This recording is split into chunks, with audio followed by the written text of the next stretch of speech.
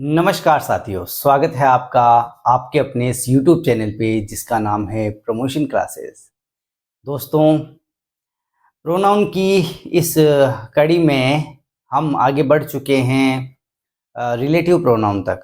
इससे पहले हमने डेमोन्स्ट्रेटिव प्रोनाउन कर लिया था, आप सबको पता है। जो मेरा पिछला वीडियो था, अगर किसी ने नहीं देखा है तो पूरा देखो।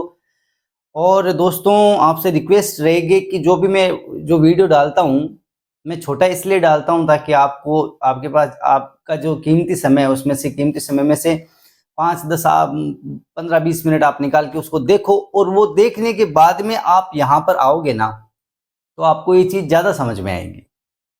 इसलिए मैं छोटा वीडियो डालता हूँ दोस्तों। तो उम्मीद भी करता हूँ आपसे कि आप वो पूरा वीडियो देखकर आते होंगे यहाँ पर, क्योंकि आप अगर पिछला वीडियो नहीं देखोगे ना दोस्तों, तो आगे का वीडियो आपको समझने में थोड़ी परेशानी हो सकती है। ठीक है, इसी बात के साथ अपन चलते हैं आगे का। जो अपना डेमोन्स्ट्रेटिव जो प्रोनाउन था, उसके आगे का जो प्रोनाउन है, वो है दोस्तों अपना रिलेटिव प्रोनाउन। अब रिलेटिव प्रोनाउन क्या होता है? ये ऐसे प्रोनाउन होते हैं जो जोड़ने का काम करते हैं। कुछ प्रोनाउन होते हैं ऐसे जो जोड़ने का काम करते हैं, उनको अपन रिलेटिव प्रोनाउन कहते हैं।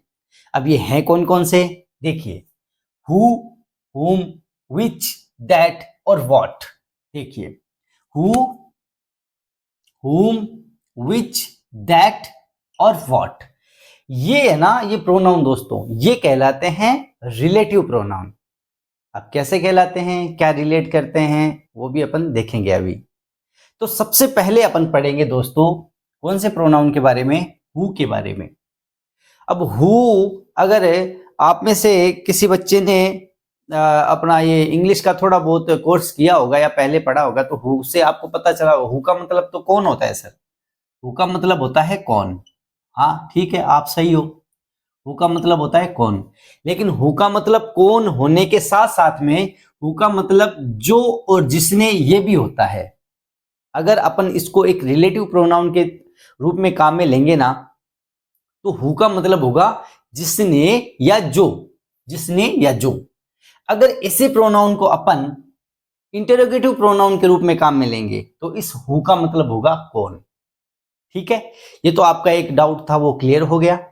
अब अपन आगे बढ़ते हैं अपने इस जो मेन जो मुद्दा है ना, मुद्दे की तरफ बढ़ते हैं दोस्तों। तो हु को अपन पढ़ेंगे जो या जिसने के रूप में, क्योंकि हम रिलेटिव प्रोनाउन पढ़ रहे हैं इसलिए। तो देखो सॉरी। तो दोस्तों, ये क्या करता है, किसको रिलेट करता है, ये भी अपन को समझना होगा पहले। तो हु का मतलब जो या जिसने। अब देखना, ये एक सेंटेंस लिखा है मैंने दोस्तों यहां पर। The boy who is on the ground is a player. इसको वापस आप ढंग से देखना ना, मैं आपको समझाने की कोशिश कर रहा हूं, आप समझने की कोशिश करना। देखो, इसको इतना मत पढ़ो, मैं जितना बोलता हूं उतना पढ़ो। पहले यहां से लेकर यहां तक मत पढ़ो, इसको सीधा इतना पढ़ो। The boy is a player. The boy is a player. मैंने कहा the boy is a player, सामने वाला पूछेगा कौन सा, कौन सा। भाई देखो, बहुत सारे लड़के खड़े हैं एक जगह, कोई टेबल पे बैठा है, कोई चेयर पे बैठा है, कोई खाना खा रहा है, कोई बॉल से खेल रहा है। तो सबकी अलग अलग एक्टिविटी है ना। तो मुझे कुछ रिलेट करने के लिए कुछ उसकी आइडेंटिफिकेशन बतानी पड़ेगी। वो आइडेंटिफिकेशन क्या करेगा कि मैंने जो बताया ना, उस लड़के को, उसका जो काम है उसको जॉइंट करके, उसको जोड़कर, उसका रिलेशन कराकर, और सामने वाले को बता देगा कि मैं किसके बारे में बात कर रहा हूं। अब कैसे? देखो, जैसे मैं बता दूं, मैंने कहा the boy is a player, फिर सामने वाले ने पूछा कि कौन सा, तो मैंने फिर वापस मेरा सेंटेंस वो करेक्शन करके, सही करके वापस बोला मैंने कि the boy who is on the ground is a player. कि जो लड़का ग्राउंड में खड़ा है ना, वो एक प्लेयर है। अच्छा, अब समझ में आ गया। तो देखो, आपको पहले समझ में नहीं आया था, पहला जो मैंने सेंटेंस बोला था, पहले मैंने सेंटेंस ऐसे बोला था कि the boy is a player. कौन सा बॉय? इतने सारे बॉय है, इनमें से कौन सा बॉय प्लेयर है? तो फिर मैंने इसका जो आइडेंटिफिकेशन है वो दिया कि who is on the ground, जो ग्राउंड में खड़ा है ना, वो प्लेयर है। हाँ ठीक है, तो हु का प्रयोग हमने कहां किया दोस्तों? किसी की आइडेंटिफिकेशन मान लो, या किसी को रिलेट करने के लिए, इसका रिलेशन संबंध बताने के लिए कर दिया, उसका संबंध बता दिया ना, द बॉय और ये प्लेयर, इसका इन दोनों का संबंध बताने के लिए हमने क्या किया बच्चों, हु का प्रयोग किया यहां पर, हु का। ठीक है दोस्तों, साधारण सी चीज है, देखो ज्यादा दिमाग की लोड मत लो, इतनी सी है कि देखो मैं तो एक तो ऐसे बोलूंगा, वह आदमी मेरा बॉस है, ऐसे बोलूंगा, जैसे हिंदी में समझो आप इस चीज को, वह आदमी मेरा बॉस है। अब आदमी तो वहां बहुत सारे हैं, कौन से, तो मैं रिलेट करूंगा, उसके लिए मैं क्या करूंगा, हु का प्रयोग करूंगा।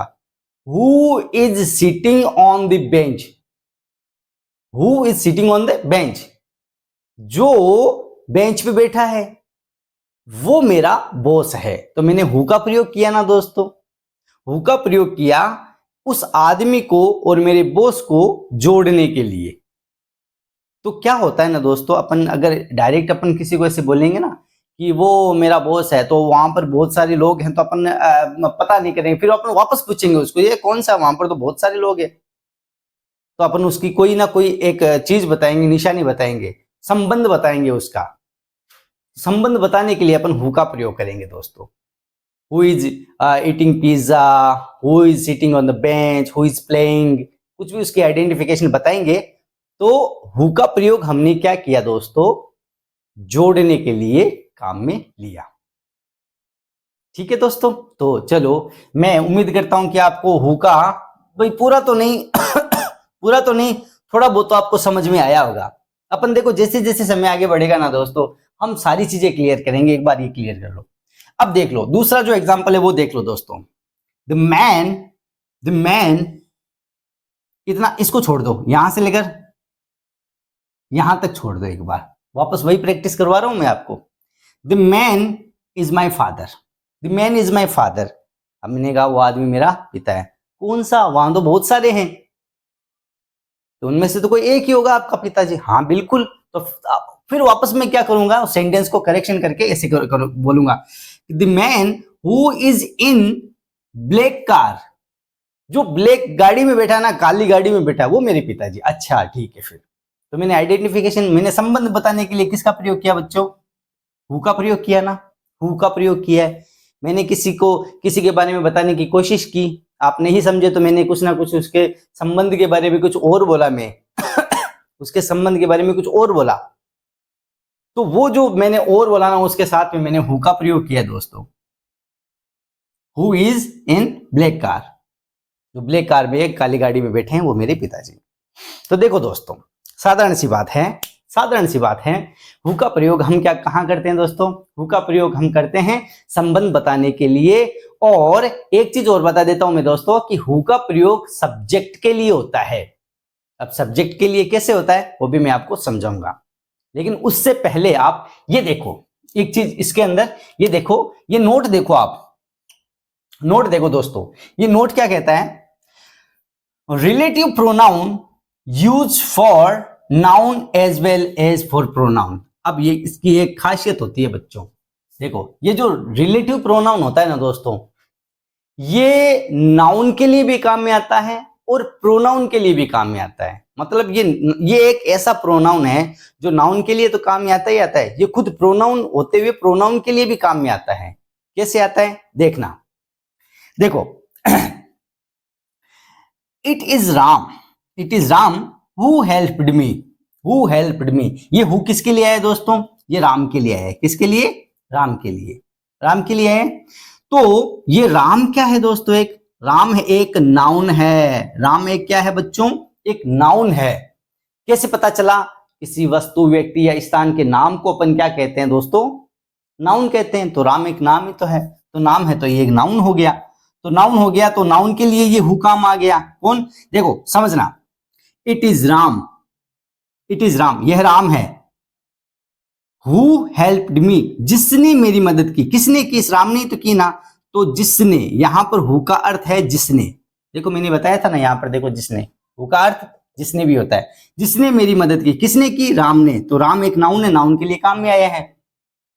हु किसके लिए, नाउन के लिए काम आया ना। अब देखो हु किसके लिए आएगा, हु प्रोनाउन के लिए भी काम में आएगा। कहां पर आएगा, यहां देखो दोस्तों, ये देखो, it is he who helped me, यह वही है, यह वह है जिसने मेरी मदद की, यह वह। अब देख लो वह क्या है, वह शब्द क्या है, वह शब्द, ये जो वह शब्द है, वह शब्द क्या है बच्चों, एक प्रोनाउन ही तो है। क्या है, प्रोनाउन, एक प्रोनाउन ही तो होता है वह। तो देख लो ये जो हु खुद प्रोनाउन होते हुए